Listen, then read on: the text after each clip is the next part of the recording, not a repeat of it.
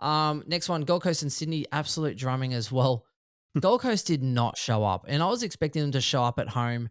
It was hot, it was humid, it was pretty much like a wet weather footy without it actually having rained. And the difference is that Gold Coast were just fumbling and handballing these haymakers over their head to like nobody. Mhm. And then you had the Swans that would kind of like, kick it forward a little bit, just dribble it forward, move it forward into open space. And they pretty much just towed it up.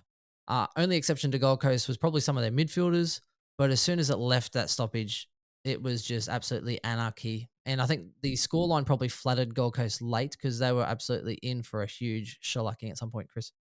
Yeah, look, I watched this game and it was Sydney Swans turned up to play and Gold Coast did not. It's as simple as that. From the first bounce, Sydney were intended on putting the foot on the throat and they did. Um, I was surprised. So Jared Witts dominated. They were set up to lose. That they knew they were going to lose the hitouts. They set up the entire game to lose the hitouts. Jared Witts completely dominated. He had 25 disposals, 51 hitouts, 13 to advantage. He had 16 contested possessions, 10 clearances, and he was just in everything. Yet, even that midfield dominance only resulted in a +7 clearance differential for Gold Coast. Like that, whereas if you flip side, between McLean and who was the ruck Adams. after Laddams got subbed, between those two, they only got 22 hitouts between them. So it should have been a much larger positive differential, but their midfield was just set up to shark the taps and to take advantage of that, and they did. They absolutely killed them. Yeah, they were Um, body to body in those stoppages too. The ball would yeah, come in. It was almost like every midfielder was being tagged by a Sydney player because they didn't want them to get free run. And because Gold Coast are generally quite good at contested footy, I don't think they were really moving much in stoppages and stuff anyway, because they had this body contact on them. So Sydney were just wanting to bring it to ground and not have it go to the advantage or go straight into the Suns' hands, which yep, is crazy when you have 50 odd hitouts for only 13 to go to advantage. And Witz is a really good ruckman. So I thought Sydney did an extremely good job to pretty much go, okay, well, if we're not going to win it, neither are you. yeah. And then And they then just when they pretty did much win beat them it, up from they there. just killed Yeah. them on the outside. They absolutely their Yeah. ball movement was like classic like last season Sydney ball movement. They were absolutely brilliant. So the big thing and the big watch from this game was obviously the was what Goulden could produce, and he had just under 50% CBAs for that 115 score. I think there was a bit of a calf issue at some point, but that ended up being cleared up. I don't think there was too much there. He had strapping on his calf, and then he ripped it off at the end of the game. So and he scored 115. I mean, there's nothing you can really write home about there, but interestingly, Mills still only had 30, I think I'm pulling up now, 36%.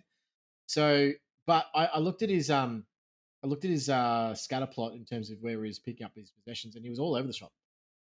So it wasn't like he was playing forward or he was playing wing or anything like that. He was still pushing into the stoppages and getting his disposal around the ground. Just didn't get a lot of it that game. And unfortunately, what we know from Mills is that the higher his CBAs go, the higher his score correlation goes. He's a complete non-answer now, and I think if you have him, you've got to trade him. So if that's one you started with as a unique, or you really liked him from last year, or whatever it is, I think he's a trade out option. That would have been anywhere near last year's based on that. But Gordon, big tick. Don't trade in Rampy. Mhm. No, do not. Oh, and it was something ridiculous as well. I'll get the numbers in a moment. Keep talking. Who was he? And Who was he playing on? Was it King or was it Casbolt? Because no forward from the Suns was like getting the ball to ground, and A lot of they 6.1%. the held up. like there was a lot of dirty ball that was going into that forward line because they just could not get clear path or clear air in front of them when they were disposing the ball inside 50. Yeah. So unfortunately, yeah, it was just Rampy was having a field day. A lot of the times where Well, they were just kicking it down the line, and he was the only one there, and you're like, okay, like, yeah. So that was a bit Yeah, disappointing. interesting. and talking about Sydney defenders. So 160,000 people in Supercoach. So the top 1% is 1,600. 1,800 people have started Florent for some reason. And of that, 950 of them are in the top 1%. What the hell? Like, seriously, what the hell? That's Where did that come from? because he's on kick-ins, How bro. much is Florent? Like How much is 330 or Florent? something like that, 350 Oh, or that's something like that. horrible. But Horrible. Yeah, Yeah. that's probably why they're I in He's could had not. a the role I showed that to change. Chris today. And he was like, "Hang on, what's going on with that? they're in the That's a huge matrix, is what percentage. it is. It's just ridiculous." Seagull Lloyd also scraped together 100. He was not doing very well for a while, and then scraped together a pretty nice score. Kicked a late Heaney was goal. the other one to They note. gave him too much 70 freedom. in a big win. Heaney was not that much near it. 12 disposals, 71 Supercoach. One goal, what, two, three frees, 41% disposal efficiency. Wow. And Yeah, some of 0% their skills was CBAs. definitely, Yeah. yeah, which we kind of expected. So Heaney's definitely someone who's probably dropping a little bit. I still expect him to go kind of maybe 90 to 100 on average. I still think he'll Yeah, have his good that games. Yeah, But but absolutely that's will. yeah, because how the like we talked about this. I've talked about this a lot. The Queensland conditions this time of the year, it's not good for forward play. So Sydney was, they were bombing balls from 40 meters out. Those midfielders were kicking, getting on the end of goals and that because it's not set up your forward, because it's too slippery to mark. Ball comes to ground, so your Heenies and like Papley got up the ground and still got some ball, but you found that a lot of the forwards had no impact in this game at all. But the actual, the goal kickers and that, like it was very shared from Sydney. Like you had Cunningham come down from kick a couple. A lot of the Sydney midfielders got on the end of goals. So where the Gold Coast, they're very reliant again on your Kings, your Chols, and the sort of kick mark, that sort of play, and that it just doesn't suit the conditions this time of the year. Yeah. speaking of not suiting conditions, boys, bit of relevance here. So we talk about Sam Flanders Mhm. not suiting conditions on our Supercoach teams. What Bad did you think role. of his game, Chris? Yeah, right. It's not that Terrible he's not role. capable, No, well, I but mean, he was very deep forward in points. very deep forward. That like what, his what role what did is I say, absolutely boys? terrible. What did I Well, say? Whose role is he taking? yeah, it was which wasn't going to happen. And so I had this argument with multiple people as well, and I don't know why. But I mean, for he had 19 disposals and 2 goals for only 64 Supercoach. I mean, and he had 79% DE. So that's not the reason why. He's just not unless he scraped together 100 in the preseason on 30 disposals. So he's not going to get that at AFL level regularly. He's a bad pick and someone you should correct. Either if you don't have Sheasel potentially, I think that's a definite no brainer. Or going up, someone like a Zeeble, I think is also a valid consideration. Or a JHF, one of those two guys because they're about the same price. I think you've got to correct that. I was impressed with Bodie Uland, who looked pretty good. He actually took 3 kickouts too. He only got the 59 Supercoach. He actually had a negative Supercoach SE rating, but he looked all right. So playing a little bit of half back, a little bit up to the wing, didn't look too bad. I do unfortunately think that, like job security wise, that's the issue. So he's one that's going to go when the Powell and Weller do come back. I don't think he's going to be able to stay. And speaking of other guys, first and foremost, I thought Ben Long was terrible. He was probably the worst of that bunch. So I'm not sure about his job security. If you have him, I'd be moving off him. He only had the 1 kick in, so he doesn't really have the ability to be able to accelerate his scoring that way. If he's not taking intercept marks, he's not going to be that guy. And they don't use him in that role, in that way, where he's going to be that sort of 7th defender dropping out. That wasn't his role, and I don't expect that to be him moving forward.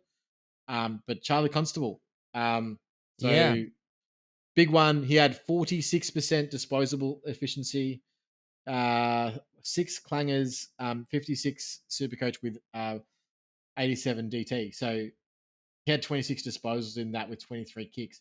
It wasn't that he was necessarily how do I put this? His disposal wasn't like so bad that it was like I would say that he's dropped because he wasn't kicking the ball well. They clearly trust his disposal because he was wrapping around players marking the ball in the defensive 50 and they were giving off the handball to him to be able to dispose of it. So they definitely trust his use. He just had an off night. A lot of the times when he was kicking long down the line, it was going directly to a Sydney player. And even though he was kicking it 45, 50 meters to a contest, there'd be 2 Sydney players and one, and that the Gold Coast players had no chance of making a contest all the time. It was actually quite annoying, and if I was him, I would be super annoyed. He had a few classic clangers that were really bad, but outside of that, I think he's still a pretty solid option. Probably the best D6 option at the moment. But if you can push him Yep. to a bench, great. That's where he lost some kickouts in the last quarter, I think, because maybe it just wasn't his night. So I think Yeah, that's where Uland actually came in and started to take a few in the back end of the game, probably just to kind of give him a little bit of a chop out or see how he goes. But yeah, the amount of disposal he had, he's someone who, and if that's his base as far as a super coach score, like I'll take that to build on. And yeah, I'd definitely take him on field over some others. So you're just hoping for, yeah, maybe a few more good weeks, hopefully, before some of these other defenders come back in yeah. to the And I Gold mean, Coast side, and hopefully they have to go through fitness or something. the other one that I think is obviously potential to not be in the 22 is Darcy McPherson, who's been in and out of the 22 for years and years and years and years and years. He's now been changed, obviously, to half back. I think he's one that is also potential to leave. So there's not just one option. I think his job I security is think he's not too first bad. out, to be honest. Like I know he did pretty well, Darcy but Mack, he's yeah. Nah, I don't. I don't. yeah, I think he's probably one of I the think first they ones don't. out. I don't. I think they don't rate him, and he's just a VFL player that they're just they've got on their list to try and get some experience in there, and obviously in case of injury. So the other one I just want Yep. to quickly touch on from Sydney, Nick Blakey had a very similar game to Charlie Constable in terms of his efficiency. So 20 disposals, 18 kicks. He went at 55% DE, so he only got a score of 63, but AFL fantasy was 92. So if you went on a flyer with him, I wouldn't be upset with his stat line. It's just he didn't use the ball very well. And that's not generally what we see out of Nick Blake. He's generally a But really again, good very runner. greasy Yeah, conditions this is where what I'm it saying about the feels like it's conditions. dry. Yeah, Yeah. it It feels like doesn't dry suit weather the footy, but yep. it's slippery. Yeah, it Yep. doesn't suit the play Like up what there at happens all. at Brisbane up here. The other Yeah. problem with the Like Suns Brisbane. is like they've only had 60 tackles for a team that's absolutely been smashed, but 22 of those tackles came from their big three in the midfield. So they've literally got no spread at all. So we talk about like, options for Constable to kick to. If their inside bulls aren't winning the ball on the inside and kicking to the side of the 50, they have no option on the outside at all. That and Yeah. I don't know how they actually correct that. Like, yeah, okay, Ellis gives them a little bit of something, but yeah, without that, so like Rankin was kind of a bit of that exciting machine that could probably get on the outside a little bit and up the ground. But I just don't think they've actually got good wingmen at all. So that's going to be the hard thing for the Suns going forward. Because yeah, it's all contested inside ball stuff. And Rao was fantastic. He had the 28 or something and 8 tackles. And he's going to get plenty of it this year, which is, looks like dominating. But yeah, I just don't see what happens on the outside for the Suns.